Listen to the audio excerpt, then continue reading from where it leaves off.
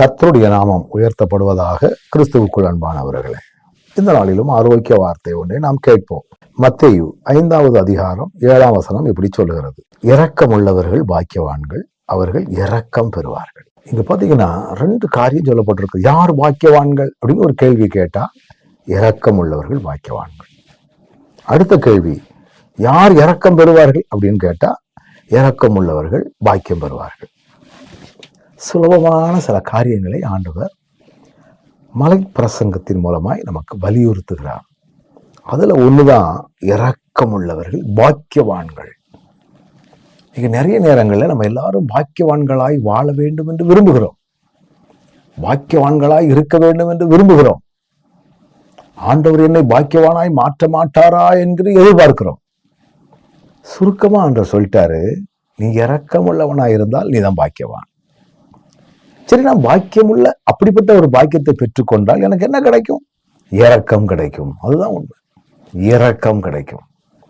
ஆண்டவருடைய இரக்கத்தை நீங்க பெற்றுக்கொள்ள முடியும். ஆண்டவருடைய ஆளுகையில அவருடைய இரக்கம், அவர் எப்படி இரக்கம் உள்ளவராக இருந்தாரோ அதே இரக்கம் உங்களுக்குள்ள இருந்துச்சுன்னா அந்த இரக்கத்தை நீங்க பெற முடியும். நீங்க ஒருவனுக்கு இரக்கம் செஞ்சீங்கன்னா உங்களுக்கு இரக்கம் இன்னொரு வகையில தானா வரும். அது எப்படி வரும் அது தெரியாது. 2003வது ஆண்டிலே நான் பள்ளிக்கூடத்தில் வேலை பார்க்கும் பொழுது டிப்ளாய்மெண்ட் என்கிற ஒரு காரியம் வந்தது.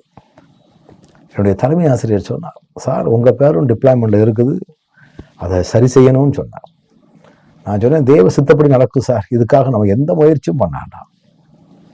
ஆனால் அந்த அப்படி டிப்ளாய்மெண்ட் காலங்களில் எனக்கு தெரிந்த ஒரு ஆசிரியர் மாவட்ட கல்வி அதிகாரி அலுவலகத்தில் இருக்கும் பொழுது என்னுடைய பெயர் நடமாடினதை அவர் பார்த்துருக்கிறார். அங்கே உள்ள ஏஓட்ட சொல்லி கொஞ்சம் நம்பர்களை எல்லாம் திருத்தி எனக்கு டிப்ளாய்மெண்ட்டே இல்லாமல் ஆக்கிட்டார். நான் அவர்கிட்ட சொல்லலை, பிரதர் கொஞ்சம் பார்த்துக்கிடுங்க, சொல்லவே இல்லை.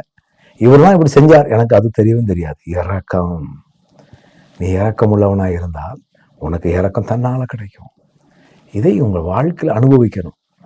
நான் இரக்கம் காட்ட மாட்டேன், ஆனால் எனக்கு இரக்கம் வேணும் அப்படின்னு நீங்கள் எதிர்பார்க்க கூடாது. வசனம் சொல்லுகிறது பாருங்க, இரக்கம் உள்ளவர்கள் பாக்கியவான்கள். நல்ல ஆண்டவரே, இப்படிப்பட்ட இரக்கத்தை எங்கள் வாழ்க்கையில் அனுபவிக்கக்கூடிய கிருபைகளினால் எங்களை வழி நடத்தும். இயேசுவின் நாமத்தில் ஜெபிக்கிறோம் நல்ல பிதாவே, ஆமென்.